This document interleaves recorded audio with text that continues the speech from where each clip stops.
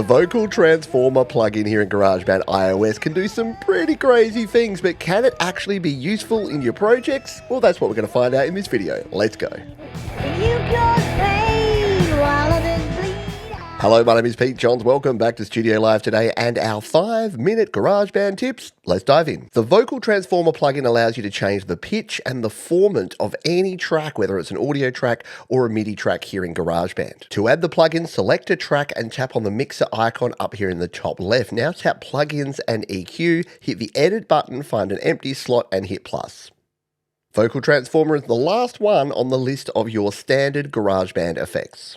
As mentioned, there are two different settings. Pitch is measured in semitones, and you can turn the pitch up to 24 semitones or 2 octaves, and down up to 24 semitones or 2 octaves as well. Let's give you a demo. Here's our original vocal soloed. Never had a heart of gold. If we want to adjust the pitch, let's say we want to take it up an entire octave, we drag the pitch up to plus 12, and it sounds like this.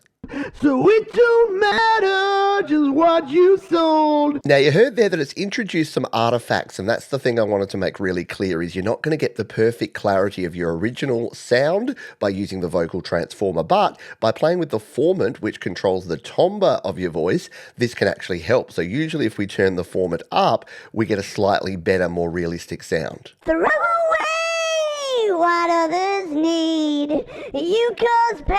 And sometimes it sounds like that. Turning the Formant all the way up gets you that classic chipmunk kind of sound that you may be looking for.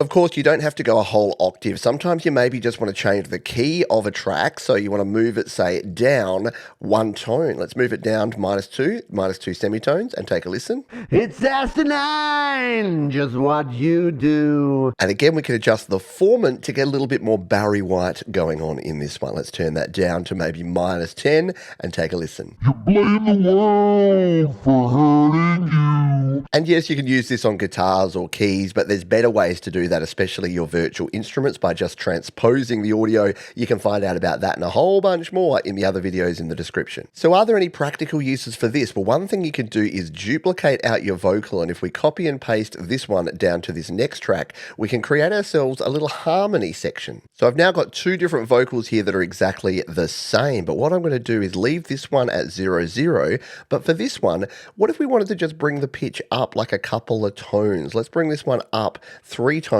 and see what sort of harmony we get. It's asinine! So yeah, kind of cool, but you may want to put the volume down a little bit just to give yourself a little accompaniment for your vocal. Just what you do. You blame the world for hurting you. And another cool thing you can do is put the pitch down an entire octave and give yourself this lower octave and just blend it into your vocals like so. It's asinine, just what you do. You blame the world for hurting you, but you don't see outside your door. You better watch out. So there you have it, the Vocal Transformer plugin. Is it going to be something you'll turn to all the time? Probably not, but is it a fun one to play around with? Absolutely. If you found this one useful, check out the other videos in the description, and I'll see you next time.